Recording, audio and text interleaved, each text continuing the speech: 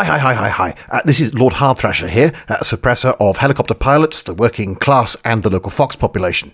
I'm joining you here today to talk to you a little bit about history, and some of you will have been here before, in which case you will know that most of my channel has been dedicated to aviation and all things that fly. Well, funny story, I recently took up CrossFit, and my coach tells me that in order to be able to get fit, I need to do varied functional movements, whatever the hell that is. I assume what he means is I need to surprise my body into exercise when it least expects it, doing things that wouldn't otherwise normally do. So, for example, now I leap out of bed at 3 o'clock in the morning and try and bench press a couple of spaniels.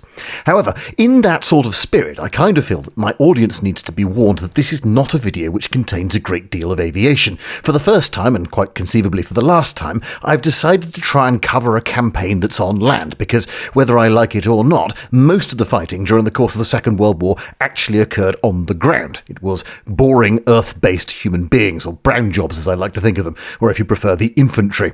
And that means we need to talk a little bit about actual fighting. Now, a couple of things here. Firstly, and somewhat to my chagrin, this will involve me talking about things like tanks, which, as you probably know, I try and avoid. So just be ready for that.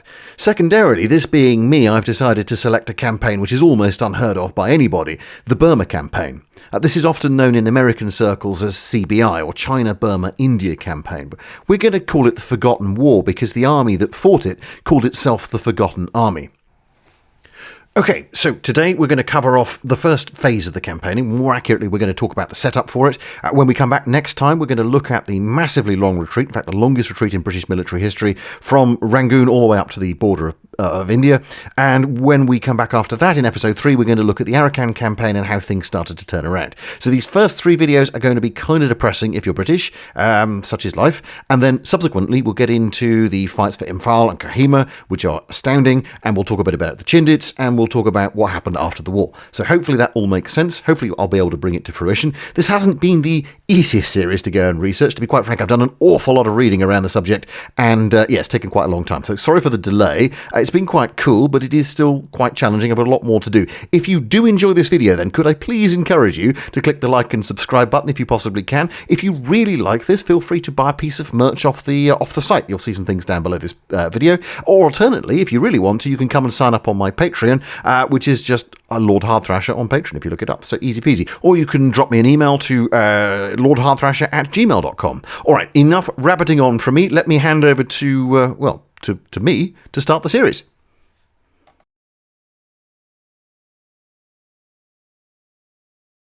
On the 19th of January 1942, the better part of 65,000 Japanese troops of the 15th Army, under Lieutenant General Aida Shigero, crossed the border from Thailand to Burma in a bid to add yet another British colony to their imperial domain. What followed over the next 3.5 years was one of the most vicious and least well understood fights of the Second World War. It cost the lives of perhaps 1 million Burmese people, nearly 30,000 Duke forces, and over 140,000 Japanese. It broke 2 empires and was both a complete up and also an astounding victory for the Allies. Over 2.5 million troops would be involved directly or indirectly, and it would see both the longest retreat by a British army in history and the fastest advance by any Allied army during the war. My name is Lord Hardthrasher, protector of the sealed privy and also collector of unusual stools, and sometime provider of history, using a lot of swear words, to the sexiest people on the planet, e.g. you. Today, dear viewer, we will embark upon a new venture, one which I think is mostly forgotten within the Commonwealth and entirely ignored outside of it, the war in Burma. And you are here now probably because you know a little bit about history already, in which case you will know that the British military playbook went something like this in the early 20th century. Start with a massive overconfidence and a complete lack of preparation, get forced to retreat ignominiously, and often because your allies let you down, have a few cups of tea, sack basically everybody involved, and then come back at the enemy with the fury and might of God himself, win, and then find yourself completely broke. Oh, and if the Americans happen to notice that something is going on, sometimes they'll turn up. Eventually. And this is exactly what happened in Burma between 1941 and 1945.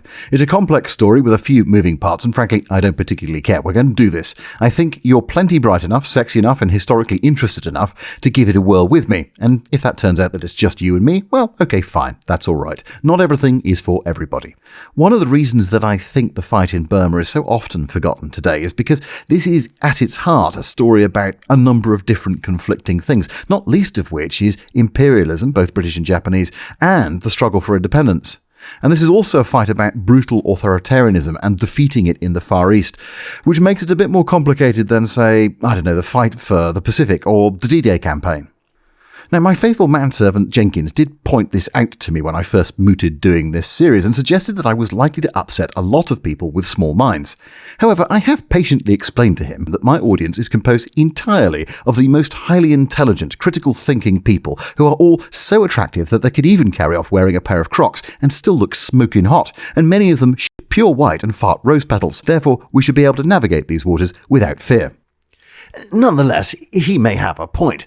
I could spend time right now being rude about the wokerati or the religious nutjobs of the BJP in India or the knuckle-draggers of the far right, but perhaps it's better to simply say we will cover some of those tensions as we go.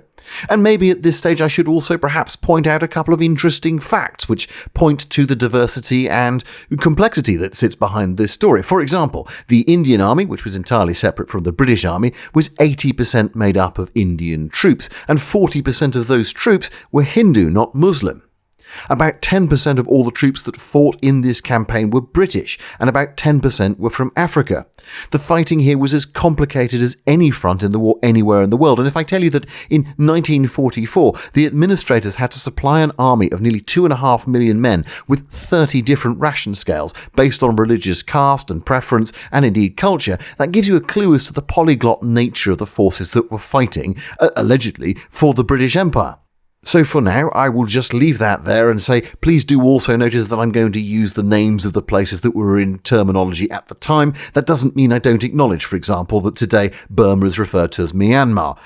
Lord alone knows why it's changed its name, but it has, so we should probably respect that. Offence duly given to all and sundry. Let us begin.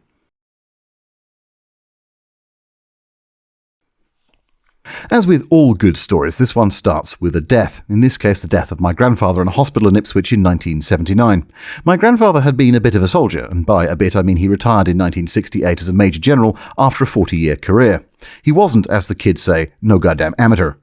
Amongst other places, including France, North Africa, Kenya, Palestine and Eritrea, he'd also fought in Burma during the war and Malaya afterwards, and he got gongs both times. He knew the jungle, he knew fighting, and he knew his generals. He once called Monty a complete idiot, to his face, a fact of which I am particularly proud. And by his bed, as he died, was this book on Field Marshal Bill Slim by a chap called Roland Lewin. It's very good, you should read it.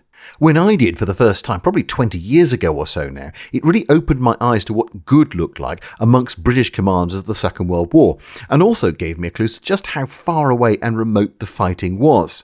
And that meant that compared to other commanders like Monty or Patton or MacArthur, Slim is largely ignored and forgotten by those that don't have a specific interest in this front. So I want to do this series partly to expose and address that gap, and talk to you a little bit about Slim, and partly to honour my granddad. So, without further ado, let's get into it.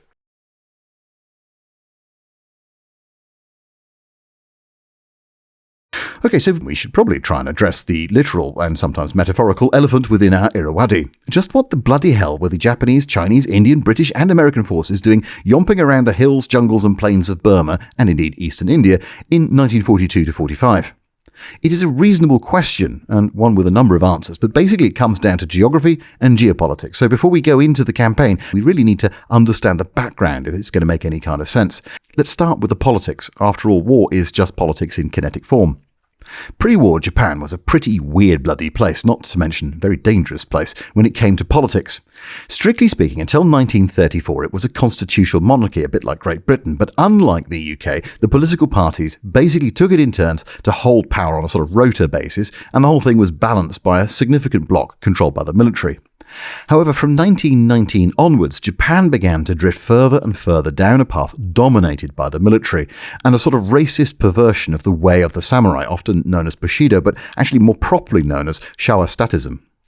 Put into popular culture by a handful of military officers, it called for an absolute obedience to the state, and the state in turn to serve the military. Bearing little resemblance to what had been understood as Bushido in earlier times, this was far closer to a sort of 1920s Japanese version of fascism.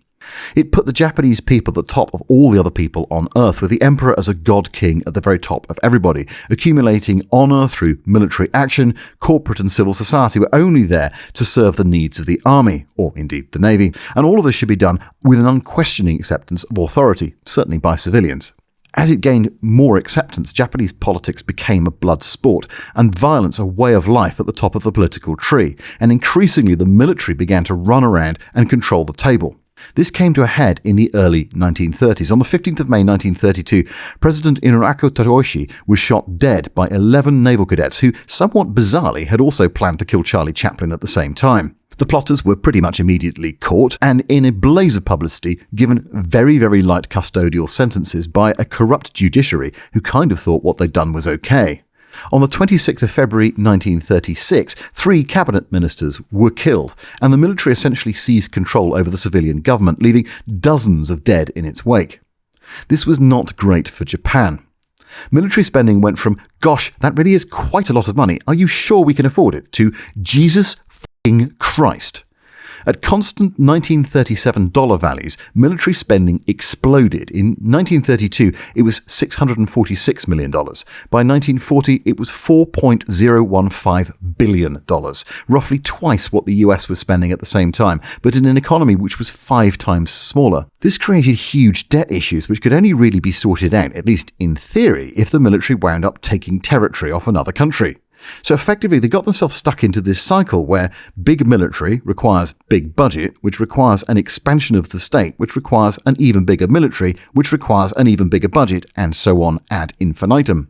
So, stop me if any of this next bit sounds familiar. The political and military elite within Japan decided that territorial expansion was therefore absolutely crucial, based on a strong military which rejected the Versailles Treaty as illegitimate and considered conquest of its racially inferior neighbours to be a necessity of the survival of the state. Yeah. Where they differed from the Austrian corporal, but agreed with the former Italian journalist, was that Versailles wasn't actually harsh enough for their taste, or at least that, like Italy, they felt they deserved more of their neighbours' territory.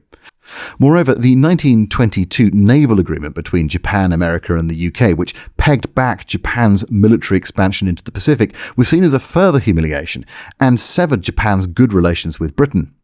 It's an aside, but the US totally fucked the UK and indeed Japan on that one, so thanks lads, but it's a story for another day. The militaristic takeover of politics combined with a new drive towards imperial domain, statism and a complete breakdown of trust with the Western allies resulted in, perhaps unsurprisingly, Japan invading first Manchuria in 1931 and then attempting to take the whole of China in 1936. The United States took one look at the omnishambles that it had been partially responsible for creating and realized that its own interests, specifically in the Philippines and especially in China, were under attack and began to support the Nationalist Party, or the Kuomintang Party, under Generalissimo Chiang Kai-shek and his capital of Chongqing. FDR fondly imagined Shek to be able to command the various warlords within China, which he couldn't, that he was a Democrat, which he wasn't, and that he would be ever grateful to America, which he wasn't, and he was never going to be, and they were soon to find out. But hey, backing a guy because he's not a commie has always worked out great since then, right? The Chinese, and Chiang in particular, viewed the Western world in general with extreme suspicion, and frankly I kind of understand. After 2 wars with Britain in the 1840s, resulting in a tidal wave of opium flooding their country, a weird US evangelical crusade in the 1870s, which resulted in the 1899 Boxer Rebellion, killing nearly 300,000 people, and not to mention an 8-state intervention the same year, which cost them territory and face, and a rumbling civil war which had been going on since 1911, funded by outside countries, the Chinese were a bit pissed off with the West generally, and the UK specifically. Nonetheless, Chiang agreed, generously, somehow to force himself to accept the billions of dollars in loans, to help fight the Japanese, sort of, whatever. More aid, please. The price for the US largesse was, unfortunately, Joe Stillwell, and by the time he was done, Chiang must have been wondering if perhaps the British and their opium were really all that bad.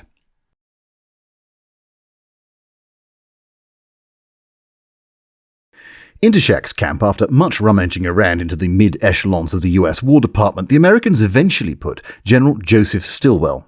It's sometimes hard to know exactly what was going through Marshal and FDR's brains when they made this call. Yeah, to be sure, on paper he was eminently qualified. He spoke some Mandarin. He'd been in China, on and off, for 20-odd years, and he did have a vague grasp of the politics and of the geography.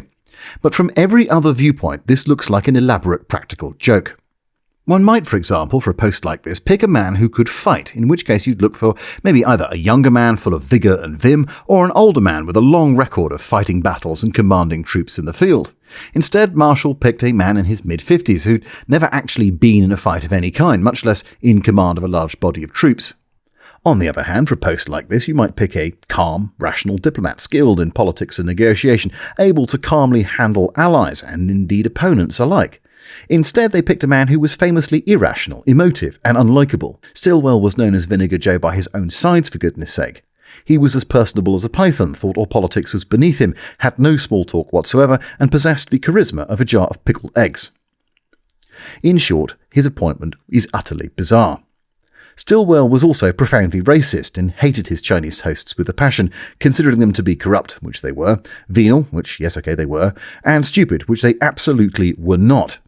Equally irrationally, he hated all the British, and given that the British were the only people in theatre who could support him, this was a bit of a fucking problem.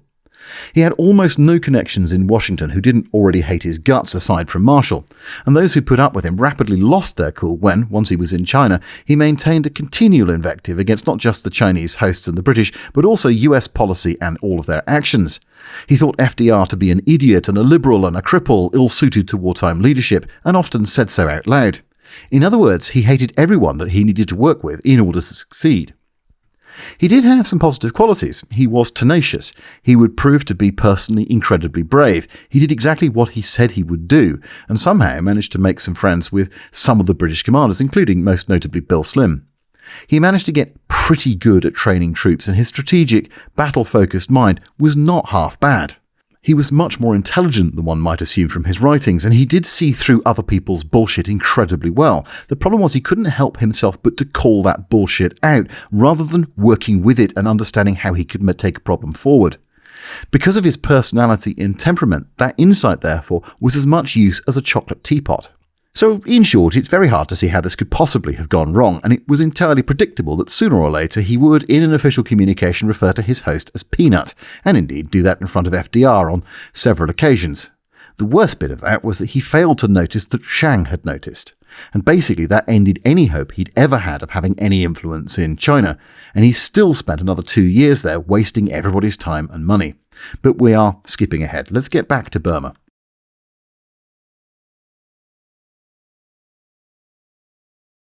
By 1937, the Japanese had control of pretty much the entirety of the Chinese coastline, which meant supplying it from the United States was easier said than done.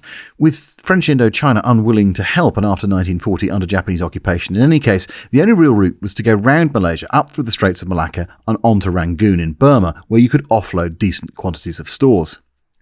The British had been in Burma since 1824, and in possession of the country since 1886.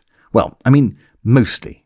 They had troops there, the government was controlled by Britain, and let's just go with that statement, whilst acknowledging that they were trying to control an area the size of mainland France with only a handful of troops. This really was the most hands-off of hands-off governments, with most of the actual day-to-day administration and control in hands of the largely ethnically Indian civil service, who were widely hated by the Burmese population for being tax collectors and a pain in the arse. And also about 300,000 Chinese business owners who'd come over the previous 40-odd years, who were also widely hated by the local Burmese because they destabilised their economy and society. In fact, Burmese society as a whole was pretty fractured. The country was composed of a number of distinct ethnic groups, as it is today, Burman being mostly in the south and the middle and being the most numerous. But round the edges you had tribes like the Kachin, the Kaya, the Karen, the Chin, the Mo, the Rakhine and the Shan, all of whom were essentially aligned to the British and therefore distrusted or actively disliked by the average Burman. And it's not just the British that was a problem, because there's a religious factor too. Most of those tribal groups were not Buddhists, whereas most Burman were, and indeed are. And as a result, there was significant religious tension within the country too. One thing that the British most firmly were in control of, though, was a very shiny railway leading up from Rangoon through Mandalay to Lashio. To connect it to China and thus allow supplies to arrive via the back door, over most of 1937 and 38, some 200,000 Burmese and Chinese labourers built a road 500 miles long across northern Burma and into southern China, something which became known as the Burma Road. It had some problems, and this included, for example, the British briefly closing the road under pressure from Japan. It was wildly corrupt, with something like 2/3 of every supply drop getting, quote, lost en route. It was also an indirect route, and it took bloody ages, but in 1940 it was really the only way to move seriously large quantities of stuff from the United States to China. And it was driving the Japanese absolutely f***ing batshit crazy.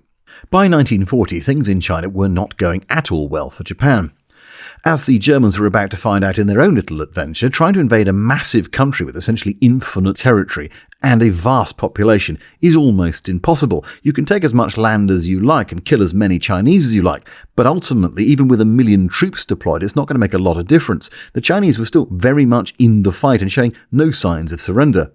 The strategic initiative had essentially slipped from Japan's grasp. And in part this was because Japan had, and indeed has, all the domestic resources of a vagrant living in a cardboard box. It utterly lacked things like oil and bauxite and rubber, and it was under an embargo because, it had invaded its neighbours already. And this meant that there were basically 3 options. Option 1, supported by the hardliners, the so-called Northern faction in the Imperial Japanese Army, was to go north and attack Soviet Russia and try and take land there. They never really got this off the ground properly, but between May and September of 1939, a very serious shooting war started between Japan and the Soviets, resulting in a certain Marshal Zhukov, who you may have heard of, handing the Japanese an absolute butt-whopping and killing 18,000 of their troops in the process. And of course, once you've slightly accidentally on purpose attacked your neighbour like that, it tends to encourage them to be a bit more defensive next time. And this was Soviet Russia under Stalin, not exactly a man known for letting bygones be bygones. So after that cock-up, the Japanese had to keep large numbers of troops in the northern borders of China for fear that the Soviets might suddenly strike southward. That meant, of course, that these troops couldn't be made available for further offensive operations anywhere else. The solution was a non-aggression pact, which was signed in April of 1941, and this was an excellent example of Axis cooperation at its finest, because of course 8 weeks later, General Halder launched his awfully big adventure onto the Russian steppe, and the Japanese government went, "Oh man, we had no idea that you were going to do that, oh, so sorry," even though the Japanese embassy in Berlin had been sending back the war plans to Tokyo in great detail for an extended period of time. However, it happened, and this freed up a shit ton of Japanese as well as Soviet troops able to be deployed elsewhere for offensive operations, which allowed them to consider options 2 and 3. Option 2, which had been popular in the early 1930s before things started to go sideways in China, was to do a deal with Britain and through them the Americans. This idea was supported by an IJA faction known as Control, essentially those who wanted to maintain the status quo and not take too many risks. But by 1941, this was seen as a sort of inglorious politicking that only democratic countries engaged in. Instead, Japan should be running around the place lopping the heads off people and shouting banzai. It was, therefore, a complete non-starter. And this left secret option number 3, a plan cooked up by the Imperial Japanese Navy, not because it made a lot of strategic sense per se, but really because it gave the Navy some action beyond just ferrying the army around. And I'm sure you'll all agree, jealousy is an excellent reason to start a 3-front war. They basically went, why talk to the British, Americans, Dutch and French when we can just take their shit and cut the Burma Road at the same time? Hit the Yanks hard at Pearl Harbor, steal their islands like Guam and the Marshalls, and they don't really care about those anyway, invade the various European colonies to create a new Imperial Japanese Empire. We can call it the Greater East Asia Co-Prosperity Sphere. That rolls off the fucking tongue. Branding is important. And the upside of all of this, of course, is that everybody gets a piece of the action. You could probably get some resources whilst you were doing it, but this wasn't the primary purpose. The primary purpose was about Japanese honour and exceptionalism. Making war was the point of making war. And everyone in Tokyo looked at this batshit concept and went, yes, because it gave the army what they wanted, it gave the navy what they wanted, it gave the nationalists and imperialist court factions what they wanted, it embodied the concepts of Showa statism, and the emperor loved it. So off they all went towards a glorious, blood-soaked future that would kill upwards of 18 million men, women and children.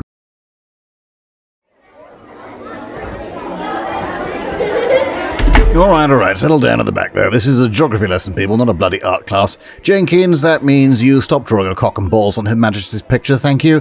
Frobisher, please stop sharpening that pencil, it's quite pointy enough to stab with already. Miss Lewisham, I assure you, Fathering Thomas has told you everything that he knows. Untie him now, thank you.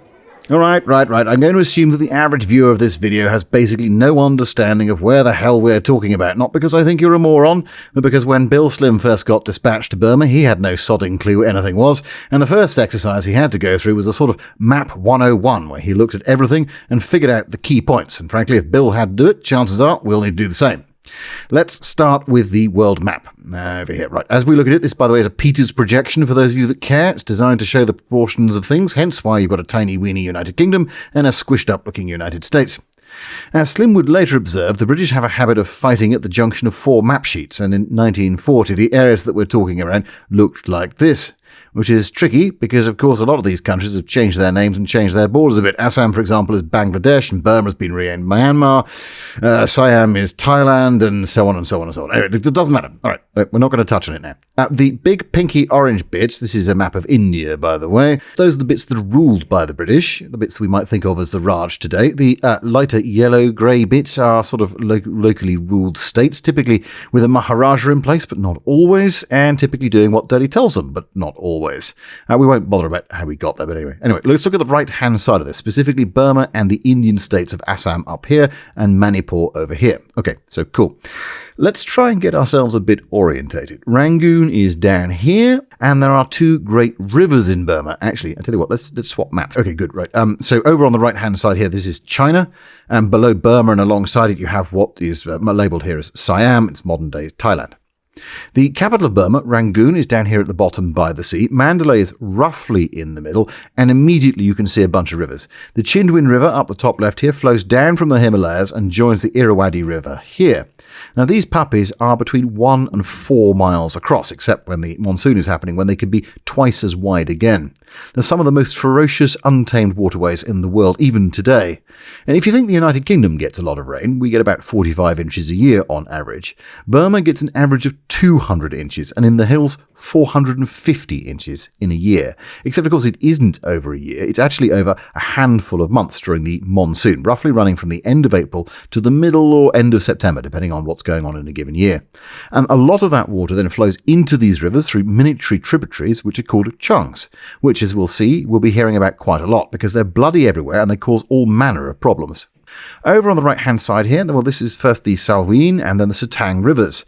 If, say, hypothetically speaking, to pick a completely random example out of thin air, 50,000 pissed-off Japanese soldiers suddenly appeared from the south of the country or over the border with Thailand, one might try and hold them, say, on one of these rivers, the Salween and then probably the Satang, to protect the capital, he says, somewhat foreshadowing things. Up on the Chinese side of things, you have what's known as the Shan states. In the north, the northern Shan states, and imaginatively in the south, the southern Shan states. There are various small towns and villages here, but none of any particular note just yet. We'll come back to it. One last place to draw your attention to here is Yangon, roughly halfway up the Irrawaddy from Rangoon and about halfway to Mandalay. This is really why the British were here, because this is where all the major oil fields in Burma were. There was something like 2,000 of them at the time. It's worth saying that the distances involved here are absolutely vast. Burma itself is roughly the size of Britain and Ireland combined, and if you include its long, thin tail, it's the same distance as going from the north of Orkney to the south of Bordeaux. If one considers that much of the campaign's political control, and Wavell in particular, were here in Delhi, it's like trying to direct a battle from Edinburgh that's taking place in Bulgaria or Istanbul. Put it a different way, if we line Delhi up on the map with, let's say, Idaho somewhere, it's like trying to fight a battle in Alabama or Mississippi. Except it's a lot worse than that, because for all intents and purposes, Burma of 1940 had only a handful of motorable roads, making communications truly crappy, and there were absolutely no motorable roads covering and connecting Burma to India. Everything had to come in by boat to Rangoon and then up country by train. If for whatever reason you lost Rangoon, you were not going to get any resupplies, he says, foreshadowing once more. Moreover, Burma is and was a collection of bloody awful different kinds of terrain to try and move over and in. Razorback snowpack mountains, jungle, paddy fields, mud, and all of this sitting on the equator where temperatures are sitting at around 30 degrees and 100% humidity almost constantly. The whole place is infested with wild animals, poisonous snakes, malarial mosquitoes, and thousands of interesting diseases to catch and die from. In short, anyone fighting here is going to have a hell of a time. Okay, that'll do us with Burma for now. We'll come back to Uncle Bill's map table as we need to in the future.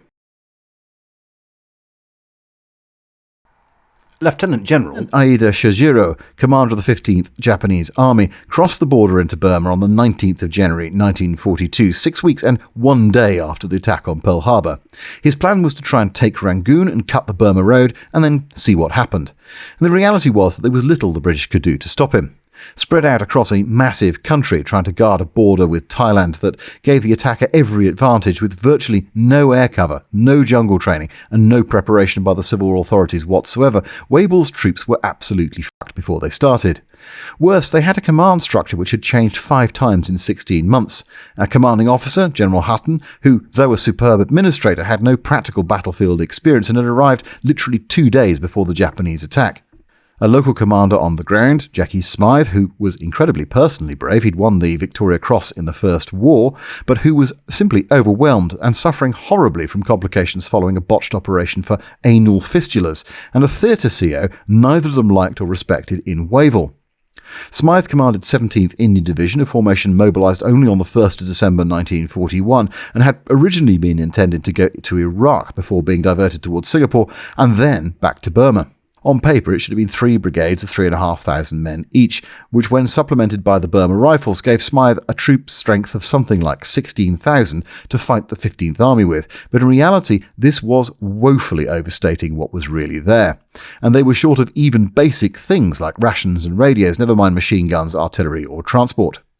Lieutenant General Thomas Hutton had, aside from the 17th Division, the majestically titled 1st Burma Corps, which was in fact composed entirely of part-trained local Burmese troops. Mostly Karens rushed into service again in December with a smattering of pre-war Indian Army officers. As Aida's men attacked Hutton, he should also have had the 7th Armoured Division, but they were, at this moment, bobbing around on the sea somewhere between Ceylon and Rangoon. Meanwhile, overseeing all of this, as well as all of India, the entire Pacific as far as Australia, and everything in between, was one General Archibald Percival Wavell, and he had 1 or 2 troubles of his own. Sitting on the island of Java, 2,000 miles away, in charge now of something called ABDACOM, American, British, Dutch and Australian Command, a brilliant but flawed idea to centralise command for the whole region in one place, and specifically on Java, he was controlling a world which was falling down around his ears.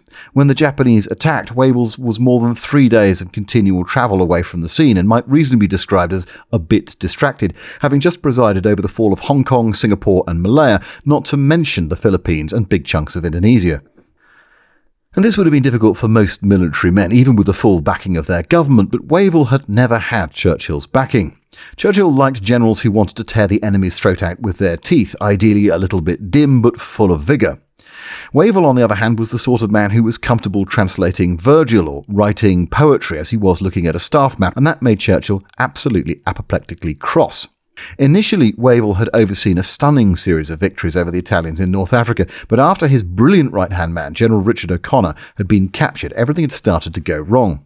Churchill had then insisted that the British went into Greece, and the German Africa Corps had pushed Wavell back. Greece then fell, Crete then fell, and the British army was pinned back to the borders of Egypt, and Tobruk was put under siege. So Wavell had got the sack, and like so many men who were deemed to have failed in Europe and North Africa, he got posted to Delhi for want of anything else to do with him. Whilst one can and probably should criticise Wavell quite a lot, the truth was that an awful lot of these reverses were as a result of piss-poor pre-war planning. Colonial investment had essentially been non-existent, and after 1939, what little had actually been put in place was pulled back to the UK to defend that. And added to this, there was a truly complacent and racist attitude to the Japanese threat in the army and the civil service, where the Japanese were seen as little more than little yellow men with bad eyesight who would be easily beaten. And of course, there are our so-called allies in the area, which means Vinegar Joe and the Chinese nationalists, and frankly, with friends like those, who need enemies? Unfortunately, Wavell's areas of incompetence also included diplomacy, so when he said he might call on them, if needed, this was British for please God send them now. Unfortunately, the Americans and the Chinese heard, go fuck yourself. So they didn't send them, until Wavell had to come back again a couple of weeks later on bended knee and beg. Even once dispatched, the troops had no food, no transportation, no ammunition, and sometimes no weapons for a 750-mile journey from the Chinese border to the areas of contact, and Chiang constantly changing his mind about what he would or wouldn't allow his generals to do. Meanwhile, back in Burma itself, Smythe was spending his time trying, by whatever means he could, to deploy his limited resources to stop a highly motivated, supremely skilled and equipped enemy who outnumbered his forces at least 4-1. Japanese tactics were and would remain brutally simple. They relied on the ability to cut off British forces, and indeed American ones, because they knew that they had long logistical tails and they were terrified about being destroyed piecemeal. So what they would do is they would take large quantities of their troops with a small force in front, applying pressure to the enemy, and then they would infiltrate round the back of the British formation, there to create a roadblock. The British would then be cut off, panic, and try and retreat. And this worked time after time after time. Because of the nature of the fighting in Burma, where often it was happening in jungle, and it was certainly over a large area, more often than not, Japanese forces were able to infiltrate entire brigades through this widely dispersed front line and into the forests. To change things up, they would also deploy jitter parties to go forward and make noise in the night somewhere else in the line, providing cover for infiltration, but also using poor British fire discipline to neatly map the British front line for their own artillery to deal with during daylight. After barely a month of heavy fighting, 17th Indian Division under Smythe was fighting with its back to the river Satang in close and heavy fighting with the Japanese 33rd Division under General Shozo Sakurai. Believing incorrectly, as it turned out, that the bridge was about to fall, and knowing it was the last major barrier between the Japanese and Rangoon, on the night of the 23rd of February, Smythe ordered the bridge blown.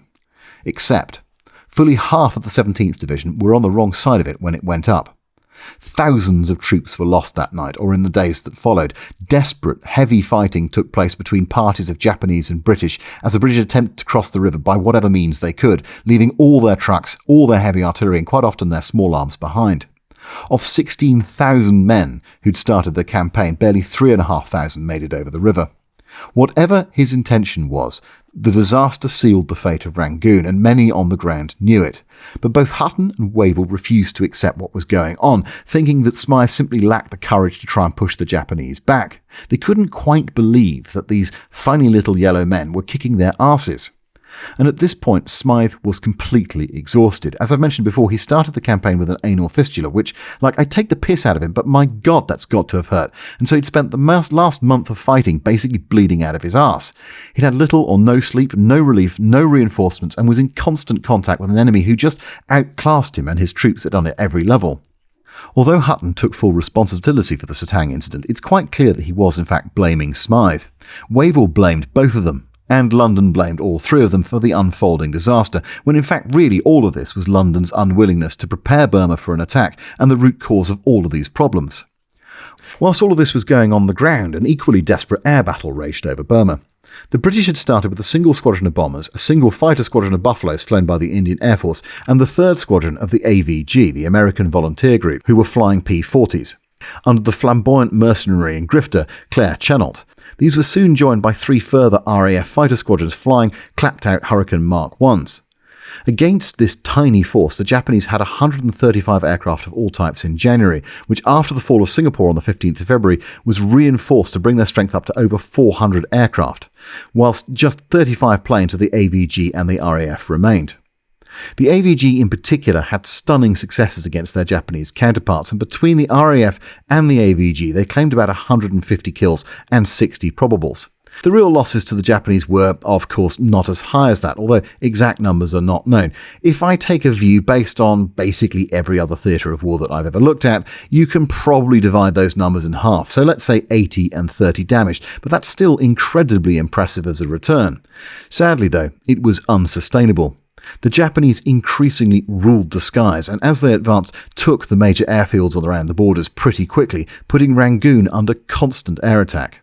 Meanwhile, finally, the 7th Armoured had arrived and managed to self-disembark, entering Rangoon just as the shattered remnants of the 1st Burmese Rifles and the 17th Indian Division retreated into the city following the Satang River disaster. Hutton knew that Rangoon was doomed and began to frantically signal to Wavell that he needed orders to that effect.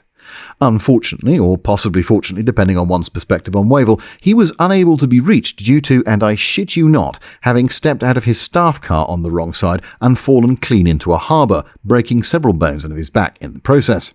With no response from above, Hutton made a call and decided that he needed to abandon Rangoon.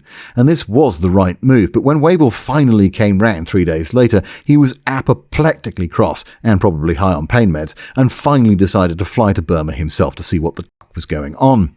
I think we'll leave him there, counting all the pink fluffy rabbits and preparing to issue P45s for now, and when we come back next time, we'll talk about the longest retreat in British military history which followed.